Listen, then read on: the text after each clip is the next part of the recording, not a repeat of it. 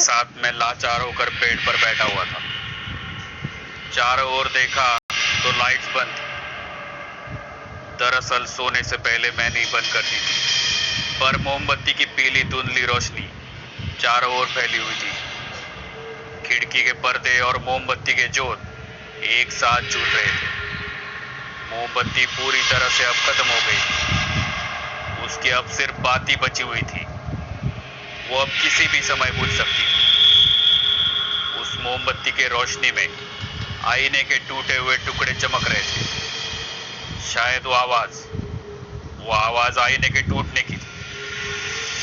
ये सोचकर मेरा शरीर कपकपाने लगा था। अचानक मेरे मन में ख्याल आया, ब्लडी मैरी। कुछ देर पहले आईने के सामने 3 बार ब्लडी मैरी का नाम पुकारा था। तो क्या वाकई ब्लडी मैरी आई थी सपने में? ऐसा सोचते ही कलेजा कपकपाने लगा। डर के मारे बेड से उठने की हिम्मत भी नहीं हो रही थी।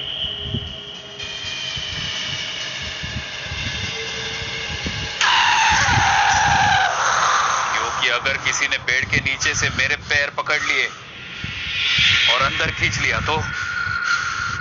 पर उठना तो पड़ेगा ही, क्योंकि मोमबत्ती कभी भी बुझ सकती है। और तो पूरे कमरे में खौफनाक अंधेरा छा जाएगा। और फिर ये सोच के ही मेरा माथा पसीना पसीना हो गया था। मैं बेड से उठकर लाइट्स ऑन करने के लिए बढ़ने लगा। खुद के घर में यूं चोरों की तरह आगे बढ़ रहा था। आखिर गलती तो मेरी ही थी। मुझे ही भूत बुलाने के शौक चढ़े थे। सामने के दीवार पर घड़ी में अब 3:20 AM हो चुके।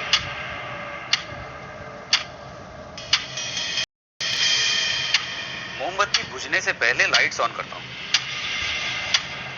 क्या लाइट चली गई? ओ, मोबाइल भी बंद हो गया।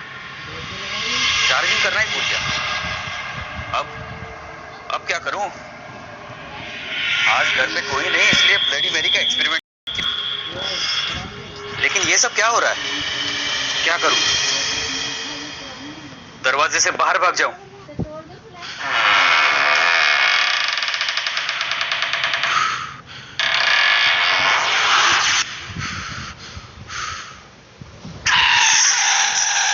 नहीं, अगर वो दरवाजे के बाहर हुई तो?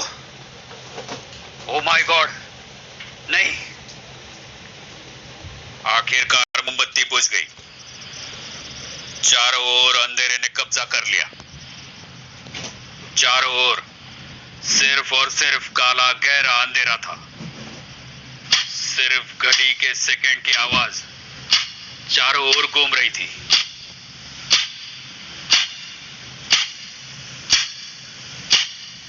उस सन्नाटे में घड़ी आवाज के अलावा और भी कुछ आवाजें आ रही थी, बिल्कुल स्पष्ट, कुछ अजीब सी। मेरे पीछे से मुझे कुछ आवाजें आ रही थी। मैं सुन नहीं पा रहा था, लेकिन कुछ आवाजें जरूर थी। कान के पीछे ठंड महसूस हो रही थी और कुछ अजीब शब्द अब स्पष्ट हो रहे थे और भी स्पष्ट हो रहे थे। आईना तो टूट गया, अब मैं वापस कैसे जाऊं?